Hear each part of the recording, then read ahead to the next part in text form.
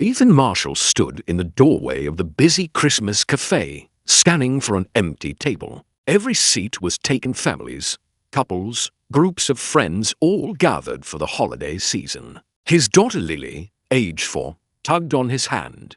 "Daddy, I'm tired. Can we sit down? I'm looking, sweetheart. Just give me a minute."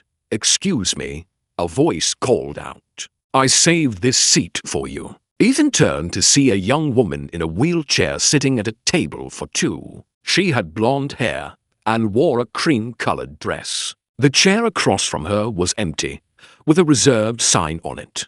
"Were you waiting for someone?" Ethan asked. "I was, but they're not coming. And you look like you need a place to sit more than I need to save this chair for no one." She smiled at Lily. "Hi there. What's your name, Lily? And this is my daddy. We're having a Christmas date because Mommy is in heaven."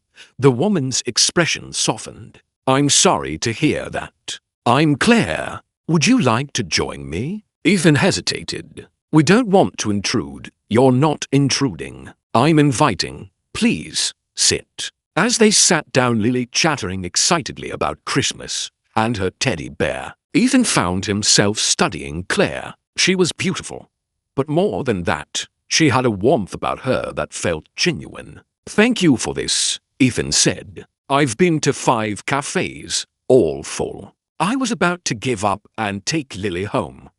I'm glad you didn't. It would have been a shame to waste this seat. And honestly, I could use the company."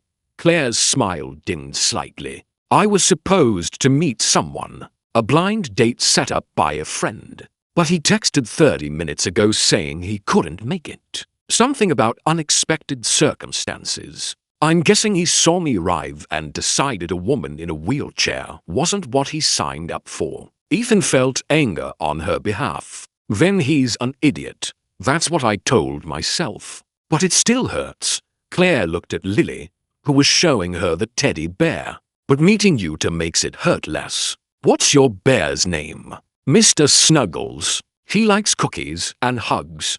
Those are 2 very important things to like. Over hot chocolate and cookies." The 3 of them talked. Ethan learned that Claire had been in a car accident 2 years ago. That left her paralyzed from the waist down. She was an artist who sold her paintings online. She lived alone, had struggled with dating since the accident, and spent most holidays by herself. "My family lives across the country," Claire explained. "They visit sometimes, but they have their own lives. And I've learned that most people don't see past the wheelchair. They either pity me or fetishize me or just avoid me entirely. That's their loss," Ethan said. "You're kind to say that." "I'm not being kind. I'm being honest." Ethan paused. "I lost my wife 2 years ago. Cancer. Since then, I've been focused entirely on work and Lily. I haven't dated, haven't tried to connect with anyone. People tell me I should get back out there, but the truth is, I'm terrified. Terrified of letting someone into Lily's life who might leave. Terrified of moving on and somehow betraying my wife's memory. That's not irrational. That's grief. Thank you for not telling me she'd want me to be happy or that I need to move on for Lily's sake. Because those things might be true, but they're not helpful to hear when you're still figuring out how to breathe without her." They talked for 2 hours. Lily eventually fell asleep with her head on the table. Mr. Snuggles clutched tight. Ethan and Claire exchanged phone numbers, both agreeing to meet again. "This was supposed to be the worst Christmas," Claire said as they prepared to leave. "Stood up, alone, feeling sorry for myself. But then you walked in, and I saved you a seat. And now it's one of the best Christmases I've had in years. Thank you for saving that seat," Ethan said. For both of us, over the following months, Ethan and Claire dated slowly, carefully. He never made her wheelchair an issue, never treated her as fragile or different. Claire was patient with Lily, understanding that Ethan came as a package deal with a grieving child who missed her mother. "Do you think about her?" Claire asked one evening. "Your wife?" every day. But Claire, loving you doesn't mean I love her less. I'm learning that hearts don't replace love, they expand to hold more of it. I needed to hear that. Because I love you. I love Lily. And I've been afraid to say it because I thought maybe I was a placeholder until you were ready. For someone who could. She gestured at her wheelchair. Someone who could what? Walk? Claire, I don't care about that. I care that you're kind to my daughter. That you make me laugh. That you saved me a seat when you could have kept it empty or given it to someone else. That's what matters. 6 months after that first meeting at the cafe, Ethan proposed with Lily's help. They returned to the same cafe, to the same table.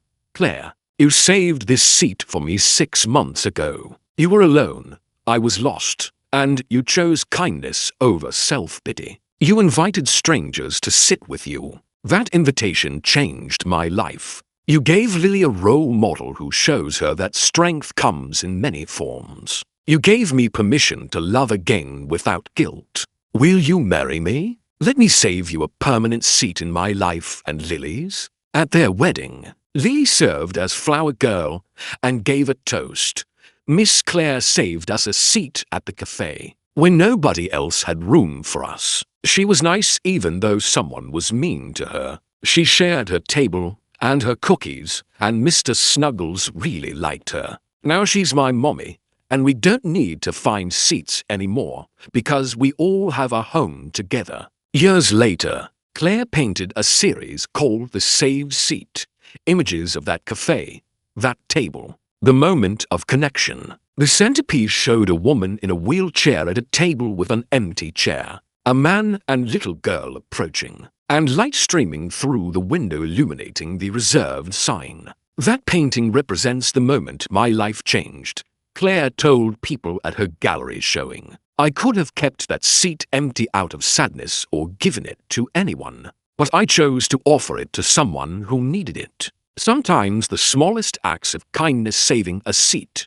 sharing a table, change everything. Sometimes the person who saves you a seat saves your life. Sometimes the worst date becomes the best day. Sometimes a wheelchair doesn't define a person, but reveals who around them has character. And sometimes sitting down at a stranger's table is how you find your family. If this story touched your heart, please like and share it. Subscribe for more stories about choosing kindness, seeing beyond appearances, and finding love through compassion. Leave a comment about when a small gesture changed everything. Your stories inspire us all.